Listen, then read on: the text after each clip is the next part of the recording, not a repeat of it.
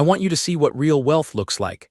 My ex wrote on my wedding invitation sending to me. I smiled, brought her fiancé's ex as my plus one, and waited. By dessert, we were the headline. Okay, I'm still processing this whole situation, and honestly, I can't believe it actually worked out this perfectly. But let me back up because this story is absolutely insane. First, I am Samuel, and 2 years ago, my ex Rachel dumped me after being my personal ATM throughout college. Rent, dates, textbooks, I paid for everything while she'd conveniently forget her wallet. The breakup text. Just a classic Rachel that I need someone who can give me the lifestyle I deserve. You're sweet, but Ethan can actually provide for me. Ethan being this guy from her business ethics class whose family owns half the commercial real estate in our city. Rich. Like drives a Tesla at 22 rich. I was devastated, broke, and honestly, relieved. Finally stopped hemorrhaging money. Fast forward to last month. I'm doing great, new job, savings account that actually has money in it, dating someone amazing. Then I get this thick, expensive wedding invitation in the mail. Cream cardstock, gold embossing, the works. But here's the kicker. There's a handwritten note in the corner in Rachel's familiar purple ink. I want you to see what real wealth looks like. You'll understand what you could never give me. R. I'm reading this thing and my hands are literally shaking. Not from hurt, from pure rage. This wasn't an invitation. This was a calculated humiliation. She wanted me there to watch her win, but here's where it gets interesting. I spent about 10 minutes furious, then something clicked. I started laughing. Like, actually laughing out loud in my apartment because I realized she just handed me the perfect opportunity. See, if you're going to invite your ex to your wedding specifically to hurt them, maybe don't make it that obvious. Maybe also make sure your new husband doesn't have his own messy romantic history. So I did what any reasonable person would do. I stalked Ethan's social media. Instagram, Facebook, LinkedIn, the whole digital deep dive. And that's when I found her. Sophie Chen. Every couple photo with Ethan from 2019 to early 2022 included this gorgeous girl who clearly wasn't just a friend. We're talking anniversary posts, family dinner pics, vacation shots, classic long-term relationship content. Then suddenly, nothing. All photos with Sophie just stopped appearing around February 2022. Guess when Rachel started posting with Ethan? March 2022. The math was mathing, as they say. I found Sophie's Instagram and sent her a DM. I'm not proud of this, but I was running on pure spite energy. Hey Sophie, I know this is random, but I'm Rachel's ex and I just got invited to her wedding with Ethan. I'm wondering if you might want to be my plus one. I have a feeling there's a story here. She responded within an hour. Oh my God, Rachel is the girl Ethan cheated on me with. I'd love to attend their wedding. Let's talk. And Reddit, the phone call that followed, Sophie laid out everything. Ethan had been with her for 3 years. They were talking engagement. Then he started working late, being secretive with his phone, the classic cheater behavior. She caught him with Rachel at some coffee shop near campus, holding hands and making out like teenagers. When she confronted him, he chose Rachel. Told Sophie that Rachel understood his ambitions better and that Sophie was too comfortable with mediocrity. Sophie was hurt, but she'd moved on. Started her own marketing consultancy, was doing amazing. But the chance to watch Rachel's fairytale wedding implode, she was so in. We met for coffee to plan our approach. Sophie is brilliant, by the way. She suggested we keep everything classy but pointed. No drama, no scenes, just presence. Sometimes the most devastating thing you can do is simply show up.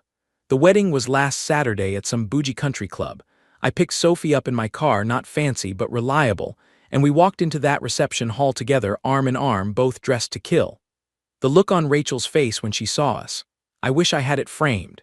Pure shock, then recognition, then this horrible dawning realization of what was happening. Her carefully planned humiliation was about to backfire spectacularly. Ethan spotted us next. I watched his face go from confusion to recognition to absolute panic in about 3 seconds.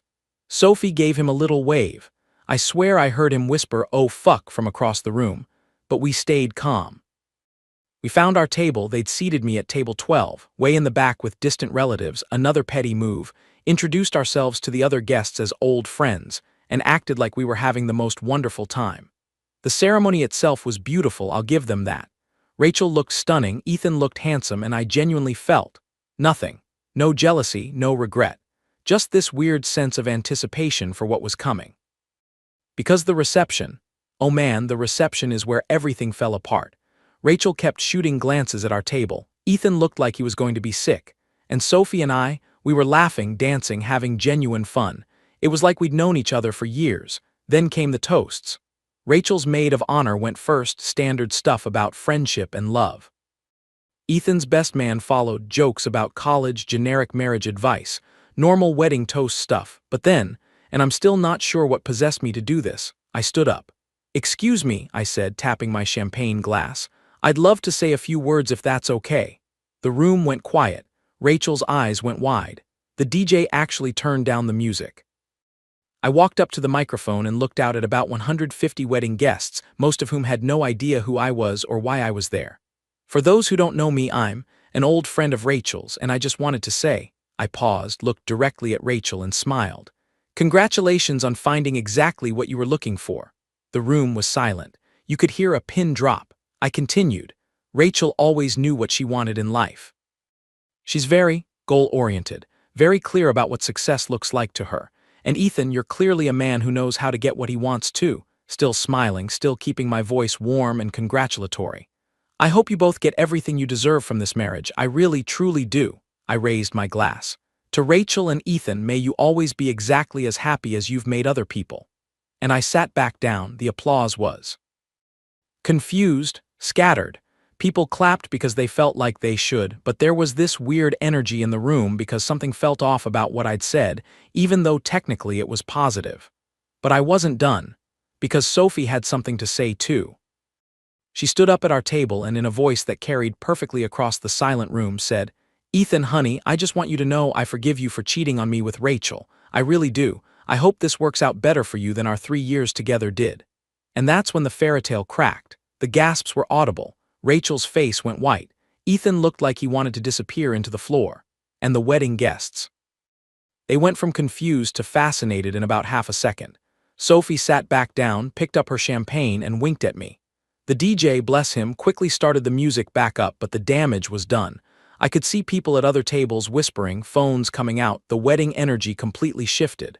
Rachel's parents looked mortified. Ethan's parents looked furious. And the happy couple, they looked like they wanted to run. We stayed for exactly 1 more hour, long enough to eat dinner and dance to a couple songs, then we gracefully made our exit. On the way out, Sophie squeezed my arm and said, "That was even better than I imagined." We went to a dive bar afterward and laughed until we cried.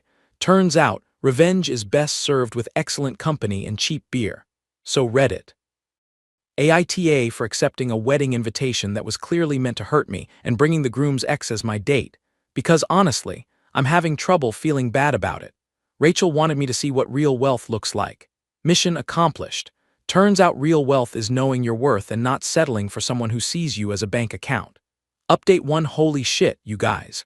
I wasn't planning to post an update this soon, but Rachel's honeymoon happened and apparently it was a complete disaster. And I know because she texted me multiple times while she was supposed to be living her dream life with her rich husband. Okay, backing up. After my last post blew up, thank you for all the support. By the way, you guys made me feel so much less guilty about the wedding thing. I figured that was it. Rachel got her comeuppance, I got my closure, everyone moves on. I was wrong. 3 days after the wedding, I'm at work when my phone starts buzzing. Unknown number, but the messages. I recognize the dramatic writing style immediately. "I know you're reading this, we need to talk. What you did was cruel and you know it. I'm on my honeymoon and I can't stop thinking about how you ruined everything. Ethan won't even touch me. He keeps asking about my history with men and money." And then the one that made me actually laugh out loud in my cubicle. "You brought her on purpose. You planned this whole thing to hurt me." Like, yes, Rachel, that was exactly the point.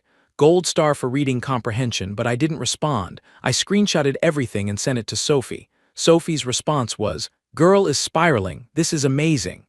The texts kept coming throughout their week in the Maldives. Because of course they went to the Maldives. Can't have a basic honeymoon when you're trying to prove you've upgraded your life. He's different now. He keeps questioning everything I say. He wants to know why I invited you. I told him it was to show that I'd moved on, but he doesn't believe me. Why did you have to involve Sophie? She didn't belong there. And then, day 5 of their romantic getaway, we're cutting the honeymoon short. Ethan booked us an early flight home. He says he needs space to think. "This is all your fault. I started feeling almost bad for her, but then I remembered the note she wrote on my wedding invitation. I want you to see what real wealth looks like. My sympathy evaporated pretty quickly. Sophie was getting updates too, because apparently Ethan was doing his own dramatic texting spree. His messages to her were a lot more apologetic. Sophie, I'm sorry for how things ended between us. You were right about Rachel, I should have listened. Can we talk when I get back? Sophie showed me the screenshots and we both just stared at them. Like the audacity of this man. Cheats on his girlfriend, marries the other woman, then tries to come crawling back during his honeymoon. Sophie's response was perfect. Ethan, I'm very happy with my life now. I suggest you figure out how to be happy with yours. Good luck. Then she blocked him. But the real tea came from my friend Marcus, who works at the country club where they had the wedding. Apparently, the gossip among the staff was intense. Several guests had approached the wedding planner asking about the drama during the toasts, and multiple people had posted about it on social media. Marcus said the country club manager actually called Rachel's parents to ask if there were going to be any reputation issues stemming from the wedding. Because apparently having your son-in-law's ex-girlfriend announce he's a cheater during the reception toasts is not the kind of publicity upscale venues want. But here's the kicker, and Marcus heard this directly from one of the servers who was working their table during dinner. Rachel and Ethan spent the entire reception meal in tense whispered arguments. Other guests at their table were visibly uncomfortable. The server said she heard Rachel hiss something like, "You told me she was crazy and obsessive," and Ethan responding, "You told me he was a loser who couldn't get over you." Apparently they were both realizing that they'd been telling each other lies about their exes to make themselves look better, and having the actual exes show up together, clearly having a great time, kind of shattered those narratives. When they got back from the shortened honeymoon, Rachel texted me one more time, "I hope you're happy, you got what you wanted." And honestly, yeah, I kind of am happy. Not because their marriage is struggling, okay, maybe a little because of that, but because I'm finally free from wondering what if about Rachel. Seeing her true colors, the entitlement, the manipulation, the complete inability to take responsibility for her own actions, just confirmed that I dodged a massive bullet. Sophie and I are planning to go to trivia night next week. Turns out we both love 90s music and terrible reality TV shows. If I had to get my heart broken and my bank account drained to eventually meet such an awesome friend, I guess it was worth it. Update to you guys. I can't even believe I'm typing this, but Rachel and Ethan's marriage is completely falling apart. And I know because Rachel showed up at my apartment last night. She came to my home. After the honeymoon disaster, things between Rachel and Ethan apparently went from bad to nuclear. I know this because my friend Marcus, remember, the one who works at the country club, has been keeping me updated on the local gossip. Turns out, Rachel and Ethan's wedding drama became the story in our social circle. People were talking about it for weeks. Marcus said even people who weren't at the wedding had heard about the ex-girlfriend revealed during the toasts. But more importantly, Sophie had some mutual friends with Ethan from college who were filling her in on his side of the story. And let me tell you, it was not pretty. Apparently, after they got back from the Maldives, Ethan started questioning everything about their relationship. He went through Rachel's social media, her Venmo history, even asked his friends what they really thought about her. What he found? Well, it wasn't great for Rachel. Sophie's friend told her that Ethan discovered Rachel had been talking to multiple guys from her classes throughout their entire relationship, always with some sob story about needing money for books, or rent, or emergencies. I wasn't the only one funding her lifestyle. I was just the most consistent contributor. There were Venmo payments from at least 6 different guys over the past 2 years. All with requests like emergency car repair or short on rent this month. Will pay back soon, spoiler alert, she never paid anyone back. Ethan also found old group chat screenshots on her phone where she was literally comparing the financial benefits of dating different guys, rating them on generosity and willingness to help out. When he confronted her about all this, Rachel tried to play it off as just joking around with friends and everyone needs help sometimes. But Ethan wasn't buying it anymore. The final straw came when Ethan's parents found out about the wedding drama. Apparently, someone at the wedding had posted a video on Instagram stories that included audio of Sophie's toast. It got shared around, and eventually Ethan's mom saw it. His parents called an emergency family meeting. They wanted to know why their new daughter-in-law's ex-boyfriend was making toasts about her being goal-oriented, and why their son's ex-girlfriend was announcing he was a cheater at his own wedding. When the truth came out, about the cheating, about Rachel's financial manipulation patterns, about the wedding invitation being a deliberate attempt to humiliate me, Ethan's parents were not happy. They threatened to cut off his trust fund access if he didn't take some time to seriously evaluate his life choices. That's when the real fight started. According to Sophie's sources, Rachel and Ethan spent 3 weeks in constant arguments. She accused him of letting his parents control his life. He accused her of being a gold digger who never actually loved him. They were both right. 2 weeks ago, Ethan moved back in with his parents temporarily. Rachel moved back in with hers, and last night, Rachel showed up at my door. I heard the knock around 9 p.m. and looked through the peephole to see her standing there in jeans and a hoodie looking absolutely wrecked. No makeup, hair in a messy bun, the whole thing. I almost didn't answer, but honestly, curiosity won. "What do you want, Rachel?" I asked through the barely open door. "Can I come in? I need to talk to someone who understands." "Understands what? What it's like to lose everything." Against my better judgment, I let her in. She sat on my couch, the same couch she used to complain wasn't nice enough, and just started crying. "He kicked me out," she said. "Ethan kicked me out and his parents hate me and everyone thinks I'm this terrible person and it's all because of what you did at the wedding." I stared at her. "What I did? You brought Sophie on purpose. You planned this whole thing to ruin my marriage." "Rachel," I said, "I brought Sophie because you invited me specifically to hurt me. You wrote that note about wanting me to see real wealth. You tried to humiliate me at your own wedding." I didn't mean it like that." "How did you mean it?" She couldn't answer. We sat in silence for a few minutes before she started talking again, and what came out was, honestly, kind of heartbreaking. Not because I felt bad for her, but because of how completely delusional she was about everything. She told me she never meant to hurt anyone.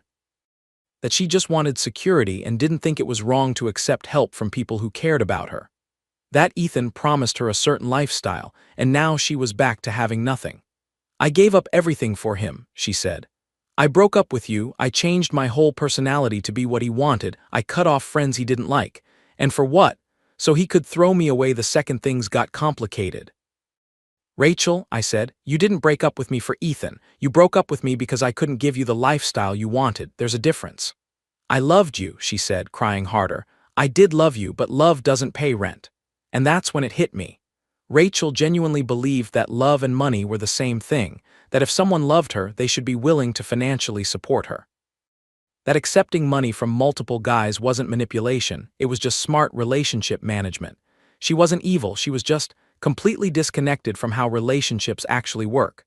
"I know I made mistakes," she continued, "but everyone makes mistakes. Don't I deserve a second chance?" "From who?" I asked. "From you, from Ethan. From everyone who's writing me off as this horrible person." I looked at her sitting on my couch, mascara streaked down her face, asking me to forgive her for treating me like a bank account for 2 years, and I felt nothing. Not anger, not satisfaction, not pity, just nothing. "Rachel," I said gently, "I'm not the person you need to have this conversation with. You need to have it with a therapist." She stayed for another hour, mostly just crying and talking in circles about how unfair everything was. I listened without saying much, and eventually she left. After she was gone, I texted Sophie. "Rachel just came over. Marriage is officially over. She's not doing great." Sophie's response. "Do you feel bad for her?" And honestly, I had to think about it. Do I feel bad that her marriage imploded? Not really. They built their relationship on lies and manipulation. Do I feel bad that she's facing consequences for her actions? Definitely not. Do I feel bad that she's clearly struggling with some deeper issues around money and relationships? Yeah, actually, I do. But feeling bad for someone and wanting them back in your life are two completely different things. Rachel made her choices. She chose to see relationships as transactions. She chose to manipulate multiple people financially. She chose to cheat with Ethan. She chose to try to humiliate me at her wedding. Those choices have consequences. I hope she gets the help she needs. I hope she figures out how to have healthy relationships. I hope she finds whatever it is she's actually looking for, but I'm not going to be part of that journey. Update 3. It's been 6 months since Rachel and Ethan's wedding, and holy shit, you guys.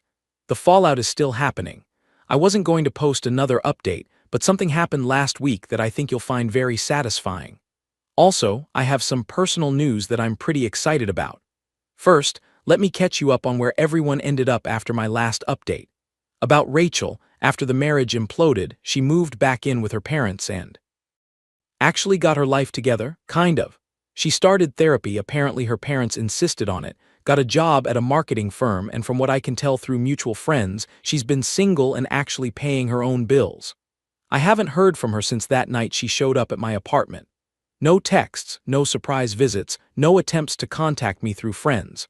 I think she finally got the message. About Ethan, this is where it gets interesting.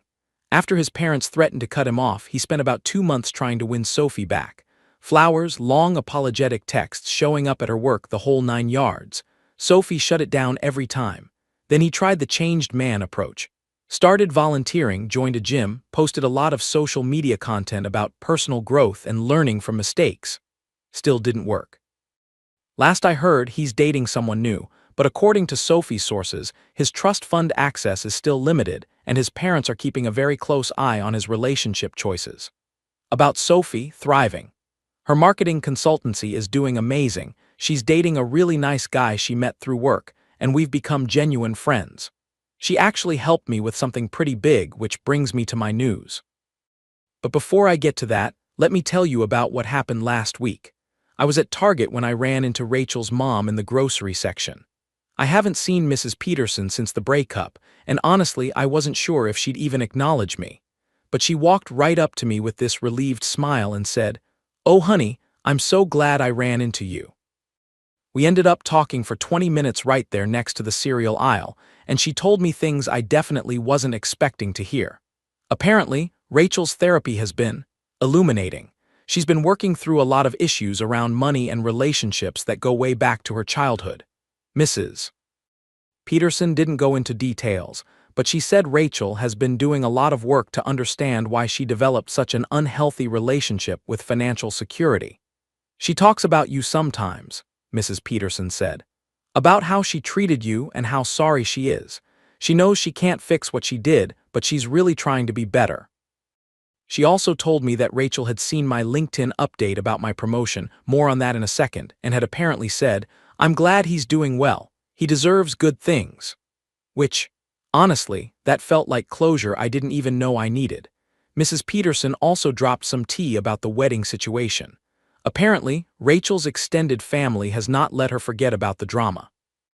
Every family gathering, someone brings up that disaster wedding or asks pointed questions about Ethan. Her cousin still calls it the wedding where the truth came out, Mrs. Peterson said with a little laugh. I think the embarrassment has been part of Rachel's motivation to get help. But here's the kicker, Mrs. Peterson thanked me. What you did at that wedding, she said, it probably saved Rachel from a much worse situation down the line. That boy was never going to make her happy, and she was never going to be satisfied with whatever he gave her. Sometimes people need a wake-up call. I didn't know what to say to that, but it felt good. Like maybe the wedding drama served a purpose beyond just revenge. Anyway, on to my news, I got promoted. Senior account manager at my company, with a substantial raise and my own team. It's everything I worked for while I was with Rachel, except now I get to enjoy the benefits myself instead of watching them disappear into someone else's lifestyle. And Sophie helped me celebrate by introducing me to her friend Claire, who is. Well, let's just say she insisted on paying for her own dinner on our first date, and when I tried to argue about it, she said, "I'm a grown woman with my own money, thank you very much." We've been dating for 3 months now, and it's been amazing to be with someone who sees relationships as partnerships instead of transactions. Claire knows the whole Rachel saga. Sophie filled her in, and her take on it was, "Sounds like you learned exactly what you don't want in a relationship. Good for you for not settling." Last weekend, Claire and I went to a wedding for one of her coworkers. Beautiful ceremony, lovely reception, and you know what the best part was? Nobody's ex-girlfriend showed up to reveal family secrets during the toasts. Just a normal drama-free wedding where 2 people who actually love each other celebrated with their friends and family. It was perfect. So that's where we are now. Rachel is working on herself and seems to be doing better. Ethan is. I honestly don't care what Ethan is doing. Sophie is happy and successful. And I'm in a healthy relationship with someone who thinks my financial stability is attractive, but doesn't see it as something she's entitled to. The whole wedding revenge thing feels like it happened to a different person. Not because I regret it, I don't, but because I'm just in such a different place now. Sometimes the best revenge really is living well.